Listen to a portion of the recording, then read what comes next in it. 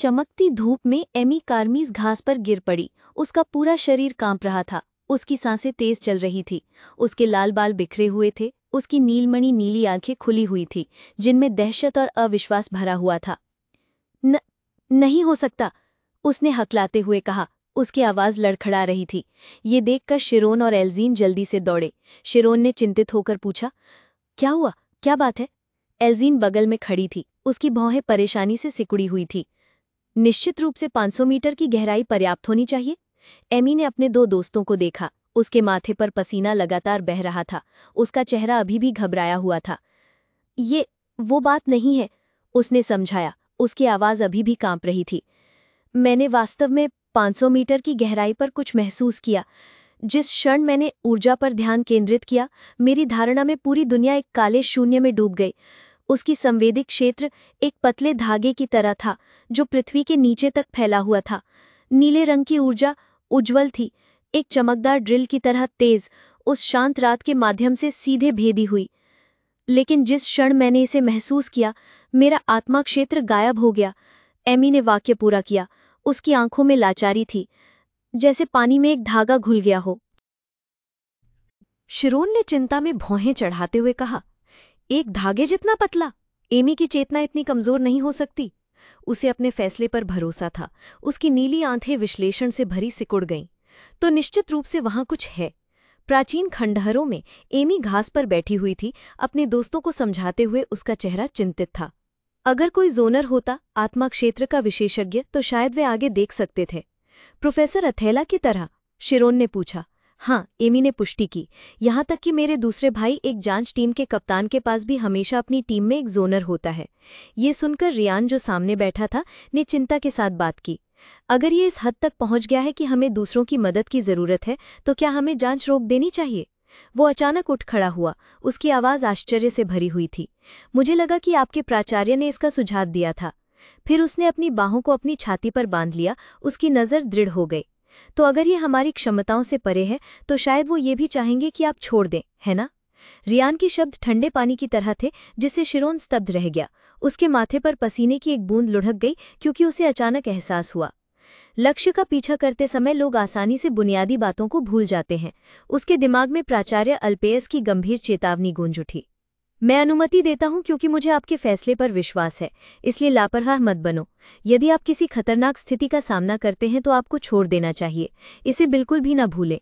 पूरा समूह मौन में डूब गया। एमी ने अपना सिर झुका लिया। उसकी आवाज़ अफसोस से भरी थी। रियान सही कह रहा है, लेकिन ये बहुत बुरा है। गंतव्य हमारी आंखों के सामने है और हमें वापस जाना है। ठीक उसी समय जब माहौल निराशाजनक था, शिरोन अचानक उठा। उसकी आंखों में दृढ़ संकल्प की चमक थी। एक रास्ता है। रियान ने विशाल पत्थर के ढांचों को ऊपर देखा। उसकी एम्बर रंग की आंखें आश्चर्य से खुली रह गई। वो बड़बड़ाया, जैसे खुद से कह रहा हो, 500 मीटर नीचे तक खोदो। ऊपर से शानदार दृश्य में सूर्य की रोशनी हर जगह बिखरी हुई थी, जो विशाल प्राचीन स्थल पर सुनहरी परत चढ़ा रही थी। दीवारों पर समय की दरारों के बावजूद ये जगह एक अजीब शांति बिखेर रही थी। एक ऊंची गुंबददार हॉल के बीच में, जहां ऊपर से रोशनी चमक रही थी, एल्जीन शिरोन की ओर मुड़ी और धीरे से कहा, शिरोन, हम यहाँ क्यों आए हैं? मैं थोड़ी भ्रमित हो गई हूँ। शिरोन भी अपने चेहरे पर भ्रम को छिपा नहीं सका। उसने अन्य पर्यटकों को इत्मीनान से घूमते हुए, एक छोटी लड़की को पत्थरों पर खेलते हुए और दो पुरुषों को आराम से शतरंज खेलते हुए देखा। उसने मन में सोचा, मुझे समझ नहीं आ रहा। प्रिंसिपल ने निश्चित रूप से कहा था कि बस यहाँ आने से मुझे तुरंत पता चल जाएगा, लेकिन मुझे कुछ भी खास नहीं दिख रहा। ये हजारों साल पुरानी अवशेष, इनका मिरो से क्या संबंध है? प्राचीन खंडहरों के बीच पूरा समूह गर्मागर्म बहस कर रहा था। रियान उत्साहपूर्वक सुझाव देता है, क्यों ना हम खोद कर देखें, कौन जाने मीरो प्रकट हो जाए। एमी ने तुरंत गंभीर चेहरे के साथ इनकार कर दिया। हमें आत्मा क्षेत्र का उपयोग करना चाहिए। शिरोन ने शांति से एक अलग राय दी, हम यहाँ के स्थानीय लोगों से क्यों नहीं पूछते? ये सुनकर एमी को ज्यादा विश्वास नहीं हुआ। उसने हाथ बांधकर भौहें चढ़ाकर जवाब दिया, हम पर्यटक व्यवसाय करने वाले स्थानीय लोगों से कुछ भी नहीं जान सकते। अगर हमें असली स्थानीय लोगों से बात करनी है तो शायद हमें एक दुभाषी की आवश्यकता होगी। अनदेखा किए जाने पर रियान झुंझलाकर चिल्लाया, तो मुझे क्यों अनदेखा कर रही हो? उसी समय एल्जिन ने अप्रत्याशित रूप से बात की, जिससे सभी का ध्यान आकर्षित हुआ। मेरे पास एक अच्छा विचार है, सुनना चाहते हो? सच में? क्या है? शिरोन ने उत्सुकता से पूछा। रियान अभी भी नाराज था और बड़बड़ाया। अगर ये खुदाई के बारे में है तो मैंने पहले ही सोच लिया है। एल्जिन एक रहस्यमयी मुस्कान के साथ मुस्कुराई। जबकि तुम खंडहरों को निहारने में व्यस्त थे, मैंने किसी और चीज पर नजर रखी। उसकी आंखें तेज हो गई। लोग, उसने गंभीरता से कहना जारी रखा, उसकी आवाज दृढ़ थी। ध्यान से देखो, उन पर्यटकों के बीच भीड़ भाड़ वाली सड़क पर कुछ लोग ऐसे भी थे जिन्हें ना तो नज़ारे देखने की परवाह थी और ना ही प्राचीन खंडहरों को। उनकी आंखें तेज थीं, उनका शरीर मजबूत था और उनका व्यक्तित्व अलग था। वे तलवारों से जीने वाले थे। एल्जिन ने दृढ़ता से कहा, वे भाड़े के सैनिक हैं। वास्तव में उसके मार्गदर्शन के बाद समूह को एक व्यस्त पड़ोस में स्थित एक हलचल भरे मधुशाला मिली। अंदर का माहौल शोरगुल और जीवंत था, अनुभवी योद्धाओं से भरा हुआ था। शिरोन ने अपनी आंखों में आश्चर्य और प्रशंसा को छिपाए बिना चारों ओर देखा। उसने फुसफुसाते हुए कहा, यह सच है, जैसा कि टेस ने कहा, भाड़े के सैनिक मधुशाला में इकट्ठा होते हैं।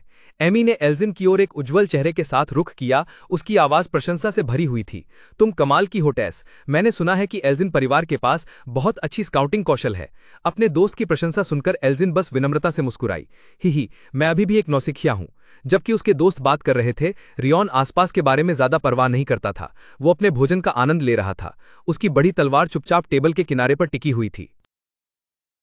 खाने की दुकान के शोरगुल भरे माहौल में शिरोन चुपचाप भोजन कर रहा था। उसका मन मानो कहीं दूर भटक रहा हो। अचानक पास के एक मेज से जोरदार बहस की आवाज आई, जिसने उसकी सोच को बाधित कर दिया। ये दुनिया बेहतर हो रही है। आजकल तो बच्चे भी हथियार लेकर घूमते हैं। व्यंग्यपूर्ण शब्दों ने शिरोन को थोड़ा चौंका दिया। हालांकि उसने अपना शांत स्वभाव बनाए रखा। साथ में बैठे रेयान ने भी वे शब्द सुने। उसने थोड़ा भौहें सिकोड़ी और एल्जीन से फसफसाया, उस मेज पर, मुझे लगता है वे हमारे बारे में बात कर रहे हैं। एल्जीन ने परेशानी पैदा करने वालों की ओर देखा, शांत स्वभाव बनाए रखते हुए धीरे से जवाब दिया, उन्हें अनदेखा करो, वे सिर्फ नशे में हैं। हालांकि ताने बंद नहीं हुए, बल्कि और भी बेशर्म हो गए जब वे सीधे रेयान की ओर लक्षित थे। उसे देखो, मुझे शक है कि वो उस तलवार को हिला भी पाएगा। क्या तुम्हें नहीं पता? वो स्पष्ट रूप से बगल में बैठी लड़की के सामने शांत दिखने की कोशिश कर रहा है। हाँ, निश्चित रूप से ऐसा ही है। खा इतनी खूबसूरत लड़की के बगल में बैठकर कौन नहीं दिखाना चाहेगा। रियान की आंखें तेज हो गईं। उसने खाना बंद कर दिया और उन्हें घूरने लगा। चुनौती भरी निगाह को देखकर ठगों में से एक ने धमकाते हुए कहा, क्या घूर रहा है? सभी एक साथ गाने लगे। एक ने बियर का मग खाली किया और खुशी से हंस पड़ा। सरगना व्यंग से मुस्कुराते हुए धमकी दी, मेरा मूड खराब है, क्यों ना हम थोड़ा खून बहाकर मजा करें? ये देखकर कि रियान हार मानने के मूड में नहीं है, उन्होंने चुपचाप बैठे शिरोन पर ध्यान केंद्रित किया। फुस, बच्चों को चिढ़ाना मजेदार है। वो गोरा लड़का, वो सिर्फ दिखावा कर रहा है कि उसने हमारी बात नहीं सुनी। क्या तुमने मुझे सुना? मुड़ो तो। हाँ? अपने दोस्त के प्रति अपमानजनक बातें सुनकर रियान और सहन नहीं कर पाया। उसका हाथ कांटा को इतनी जोर से पकड़े हुए था कि उसकी उंगलियां सफेद पड़ गईं। उसने दांत पीसते हुए गुस्से से कहा, वे कमीने, वे मेरे बारे में जो चाहे बोल सकते हैं। रियान का गुस्सा फूट पड़ा। उसने दांत भींच लिए, उसकी पीली आंखें क्रोध से फटने को थीं। लेकिन मेरे दोस्त, जैसे ही वो आगे बढ़ने वाला था, रियान रुक गया और मुड़कर देखा। तनावपूर्ण माहौल के बीच शिरोन असाधारण रूप से शांत था, आराम से नूडल्स का एक कांटा अपने मुंह में डाल रहा था, जैसे कि कुछ हुआ ही न हो। उसने केवल अपने सबसे अच्छे दोस्त की ओर देखा। उसकी नीली आंखें साफ थीं, लेकिन उनमें एक भारी स्थिरता छिपी हुई थी। वो नज़र रियान के क्रोध पर ठंडे पानी की तरह पड़ी। वो अवाक रह गया। उसकी आंखों की ज्वाला धीरे धीरे बुझ गई। उसके माथे से पसीने की एक बूंद लुढ़क गई, क्योंकि उसने चुपचाप अपनी मुट्ठी बांध ली, अपने दोस्त की अनकही सलाह को स्वीकार करते हुए। झगड़ा शुरू करने में असमर्थ देखकर झगड़ालू ग्राहक निराश दिखे। उन्होंने कुर्सियां धकेलकर एक जोर की आवाज की, फिर सुस्ती से दरवाजे की ओर चले गए।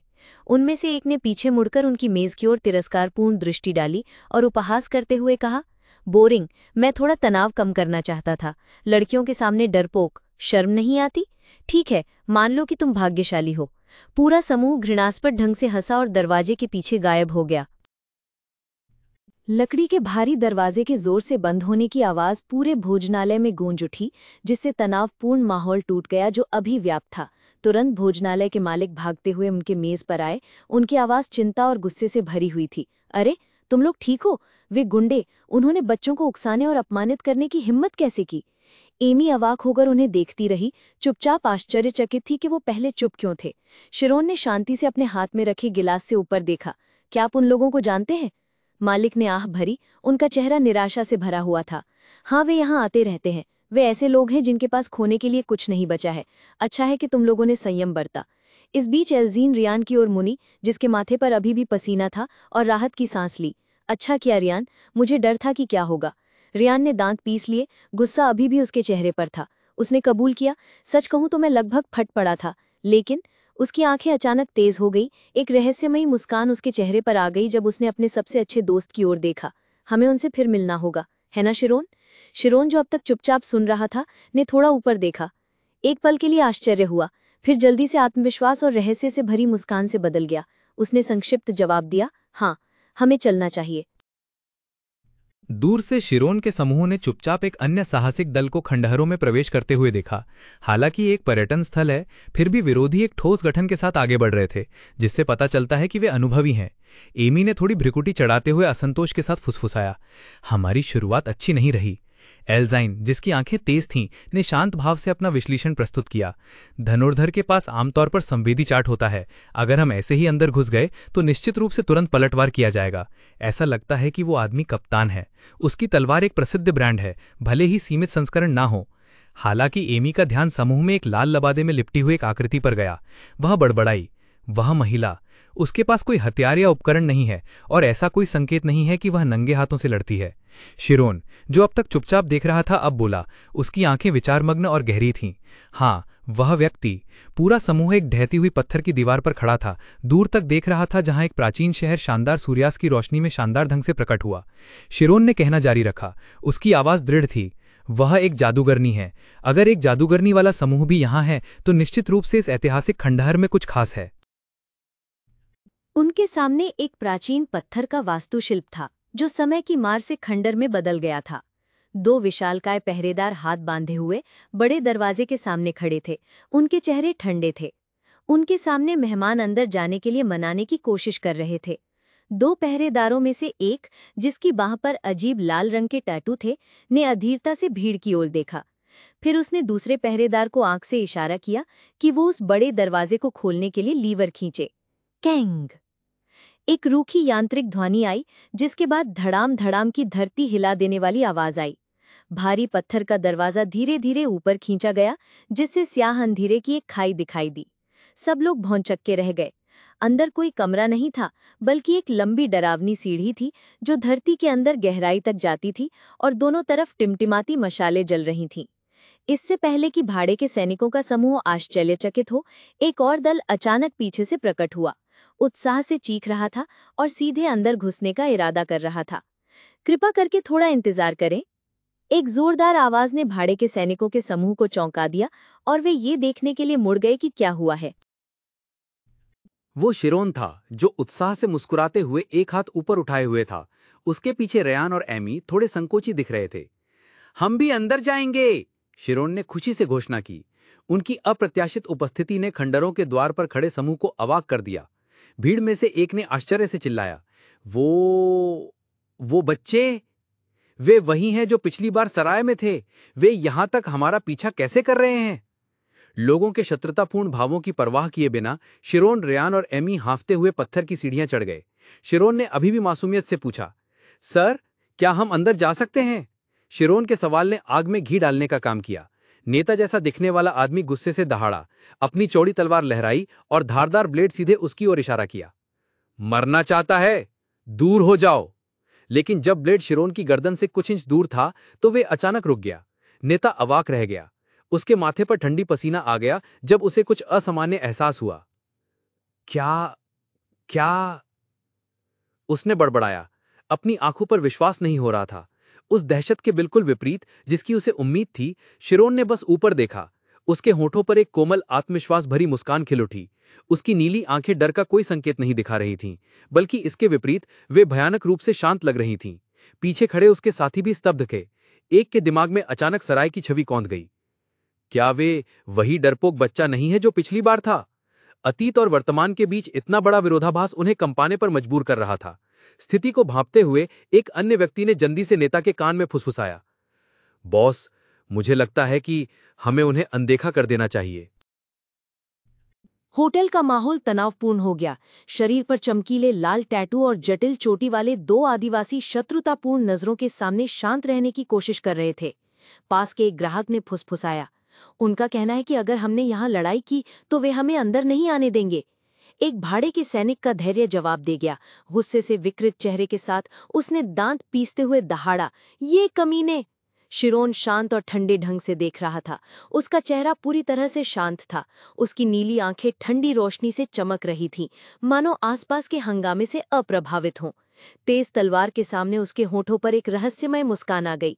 इसकी चमकदार सतह शिरोन के चेहरे को पूरी तरह से प्रतिबिंबित करती है, इस पल को एक शांत दुनिया में कैद कर लेती है।